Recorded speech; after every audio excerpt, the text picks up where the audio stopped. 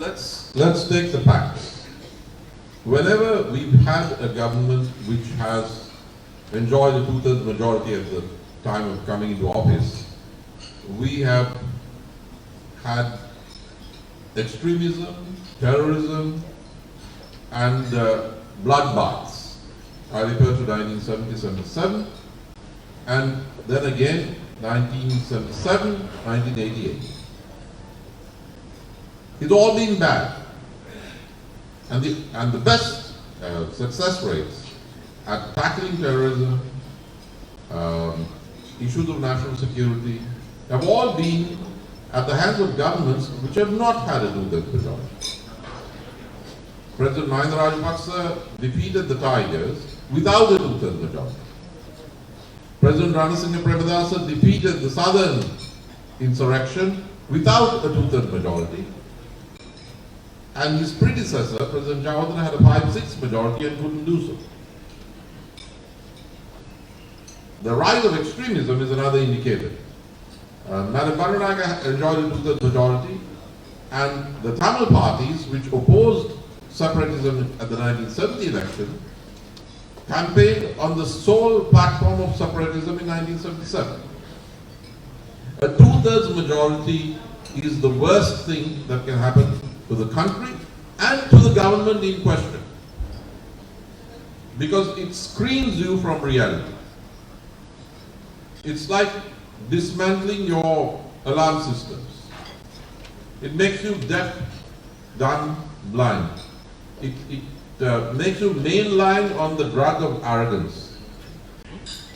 So the very fact that this regime is explicitly seeking a two-thirds majority is a very good reason to vote against it.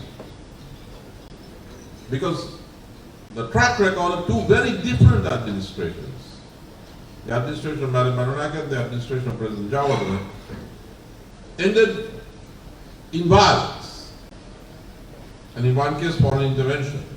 And when President Premadasa rid us of southern terrorism and foreign intervention, he did not have a two-thirds majority.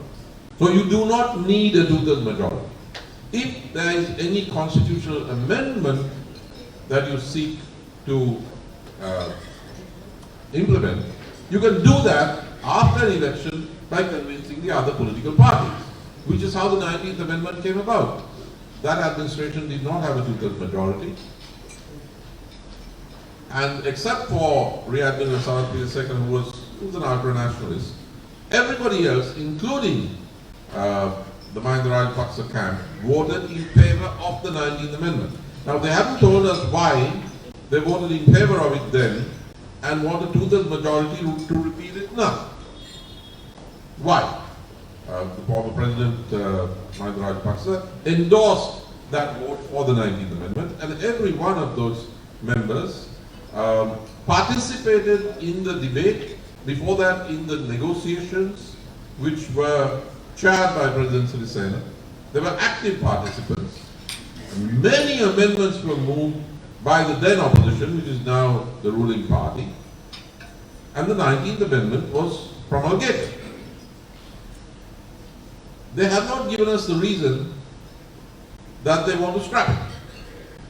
The only reason that's given are very dangerous ones, such as the need to dismantle or downsize the Independent Election Commission. Now, if the regime secures a two-thirds majority and does away with the 19th Amendment and the Independent Election Commission, you can be sure that the August 5th, 2020 election is the last free and fair election, well, free, maybe not quite so fair, but election that we will see for quite some time. Why is there a need to rid the country of the Independent Election Commission, which they voted for? Everybody voted for when the 19th Amendment was brought about. The other reason given is the 13th Amendment, that you need to change the 13th Amendment. Now, the 13th Amendment, whatever its deficiencies, caused a very welcome de-radicalization of Tamil separatism and effected a schism in the Tamil separatist movement.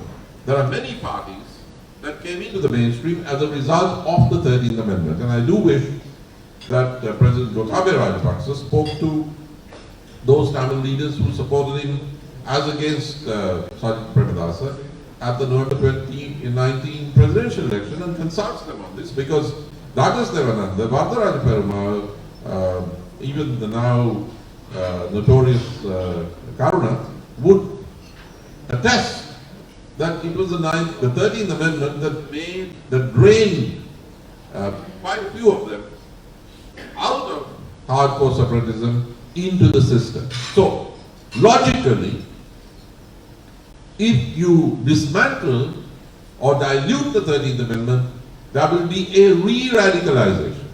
Not necessarily on the part of the same personalities, because they are older now, but a re-radicalization, a reinforcement of separatist sentiments within the Tamil community. So these are the reasons, the 13th Amendment and the 19th Amendment, the need to overturn them. These are the stated reasons given by the regime for a two-thirds majority. And I think it would be an absolute disaster, the worst possible thing that can happen to Sri Lanka. Now,